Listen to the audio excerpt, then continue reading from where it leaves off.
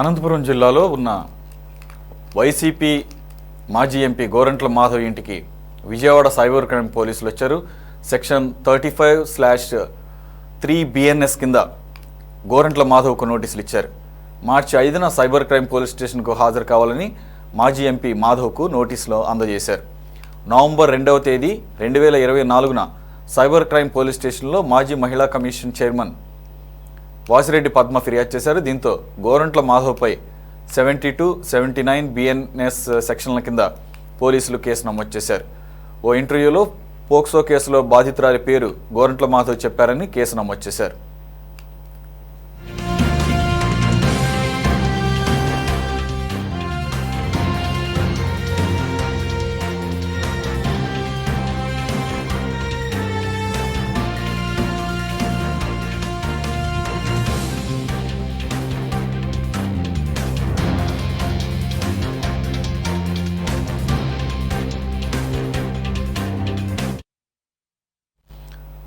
పోలీసుల నోటీసులపై మాజీ ఎంపీ గోరంట్ల మాధవ్ స్పందించారు. నోటీసులు ఇంకా చూడలేదని, రాష్ట్ర ప్రభుత్వం కావాలని పెట్టిన కేసు ఇదని చెప్పారు. కేసు వివరాలు పూర్తిగా తెలుసుకున్న తర్వాత మాట్లాడతానన్నారు. మాట్లాడే హక్కును, భావ ప్రకటన స్వేచ్ఛను ఈ ప్రభుత్వం హరిస్తోందని మండిపడ్డారు. రాష్ట్రమంతటా భయంకర వాతావరణాన్ని సృష్టిస్తున్నారని, తప్పుడు కేసులు, అక్రమ అరెస్టులు చేసుకుంటూ పోతే రాష్ట్రంలో అంతర్యుద్ధం రాక తప్పదని హెచ్చరించారు. మార్చి 5న లీగల్ అడ్వైజరీతో కలిసి పిఎస్కు వెళ్లి విచారణకు సహకరిస్తానని చెప్పారు.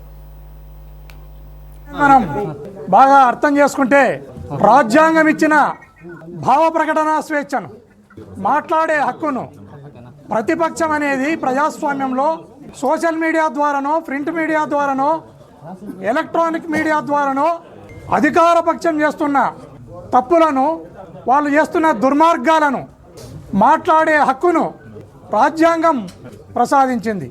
అలా రాజ్యాంగం ప్రసాదించిన భావ ప్రకటన స్వేచ్ఛను ఈ రాష్ట్రంలో ఉక్కుపాదంతో ఈ కూటమి ప్రభుత్వం అణచివేస్తుంది అనడానికి ఈ కేసులే ప్రత్యక్ష ఉదాహరణగా మనం చెప్పుకోవచ్చు. రాష్ట్రమంతటా కూడా ఒక భయంకరమైన వాతావరణాన్ని, ఈ రాష్ట్రంలో ప్రజాస్వామ్యం లేదు, ప్రతిపక్షం లేదు, ప్రజలను గౌరవించే విధానం కూడా ఈ ప్రభుత్వానికి లేదు. ఖచ్చితంగా ఇలా రాష్ట్రంలో ఇలాంటి తప్పుడు కేసులు, అక్రమ అరెస్టులు చేసుకుంటూ పోతే ఈ రాష్ట్రంలో ఖచ్చితంగా, నేను ఈరోజు జోస్యం చెప్తున్నాను, ఈ రాష్ట్రంలో అంతర్యుద్ధం రావడానికి ఎంతో దూరం లేదు.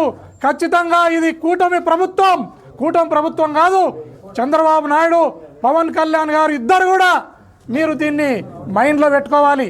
ఈ రాష్ట్రంలో అతి త్వరలోనే మీరు చేస్తున్న చేష్టలకు, మీరు పెడుతున్న అక్రమ కేసులకు, తప్పుడు అరెస్టులకు మా భావ ప్రకటన స్వేచ్ఛను మేము మీడియా ద్వారా ఏం మాట్లాడినా కేసులు పెట్టుకుంటూ పోతున్నారు.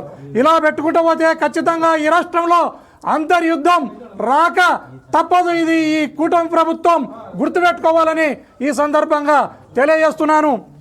నేను కేసు కట్టడం జరిగింది. వీళ్ళు విజయవాడ పోలీసులు కేసు కట్టినట్లు నోటీసును నేను ఇప్పుడే తీసుకున్నాను. ఈ నోటీసు మేరకు 5వ తారీఖున నన్ను ఖచ్చితంగా అక్కడ హాజరుగమ్మని చెప్పడం జరిగింది. నేను కూడా నా లీగల్ అడ్వైజర్లతో, నా అడ్వకేట్లతో మాట్లాడడం జరుగుతుంది. మాట్లాడి నేను ఒక ప్రొసీజర్ ప్రకారమే, నేను ఒక పౌరునిగా నాకుండే రైట్స్ను అన్ని క్లెయిమ్ చేసుకుంటూనే నేను ఖచ్చితంగా పోలీసులకు కూడా సహకరిస్తా, కోర్టులకు కూడా సహకరిస్తానని ఈ సందర్భంగా తెలియజేస్తున్నాను. కంప్లైంట్ వచ్చేసి, నేను ఎప్పుడైతే సూపర్ 6 మీరు అమలు చేస్తలేరు, సూపర్ 6ల స్థానంలో మీరు ఆడపిల్లలకు జరుగుతున్న అన్యాయాలు ఏవైతే ఉన్నాయో, పసిపిల్లల పైన రేపులు జరుగుతున్నాయి, పసిపిల్లలను మర్డర్లు చేస్తున్నారు, ఈ రాష్ట్రంలో మహిళలకు భద్రత లేకుండా పోయింది, ఈ రాష్ట్రంలో అనేక హత్యలు, అత్యాచారాలు జరుగుతున్నాయి. వీటిపైన ఈ ప్రభుత్వం ఖచ్చితంగా ధ్యాస పెట్టాలి.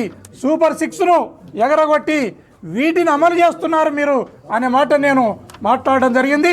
దాని మీదనే కేసును రిజిస్టర్ చేసినట్లు నోటీసులు ఇచ్చినారు.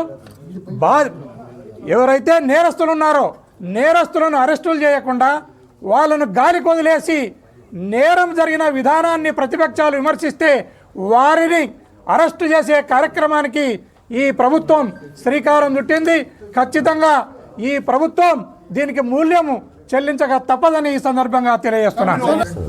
5వ తారీఖు నాడు నేను పోవాలనా లేదా అనేది కూడా నిర్ణయం చేసుకుంటా. నా షెడ్యూల్లో కూడా చూసుకుంటా. నా షెడ్యూల్లో ఏదైనా ఆ తారీఖు నాడు 5వ తారీఖు నాడు ఏదైనా ఏదైనా ఇబ్బందికరమైన పరిస్థితి ఉంటే ఇంకో డేట్ అడుగుతా. లేదు నాకు వీలైతుంది పోవడానికంటే ఆ రోజు నేను హాజరవుతాను. ఈ సందర్భంగా తెలియదు. మీరు ఒకటి గమనించాల, ఈ ప్రభుత్వం యొక్క విధానం ఎట్లా ఉందంటే సిగ్గు లేదా గురిగింజ అంటే నల్లగున్నా నాకేమి సిగ్గు అన్నట్లు ఈ ప్రభుత్వం యొక్క తీరు మనకు కనపడతా ఉంది. నేను ఏదైతే మహిళలపై అత్యాచారాలు జరిగినాయో, పసిపిల్లలపై అత్యాచారాలు జరిగినాయో, ఆ అత్యాచారం చేసిన దుర్మార్గులను, నేరస్తులను అరెస్టు చేయండి అని నేను ప్రింట్ మీడియాలో వచ్చిన పేర్లనే, సోషల్ మీడియాలో వచ్చిన పేర్లనే ప్రస్తావించడం జరిగింది. దానిపైన కేసును రిజిస్టర్ చేసి అసలు ముద్దాయిలను వదిలేసి ఎవరైతే ఆ ముద్దాయిలను అరెస్టు చేయండి అని అడుగుతున్నారో వారిని అరెస్టు చేసే కార్యక్రమానికి ఈ ప్రభుత్వం శ్రీకారం చుట్టింది. చెప్పినారు కదా, ఇప్పుడే కదా చెప్పినా. దానిపైన ఆల్రెడీ దానిపైన సోషల్ మీడియాలో వచ్చింది. యా టీవీ నీది, యా టీవీ నీది, టీవీ అది, నువ్వు టీవీ ఆలో చెప్పబ్బా.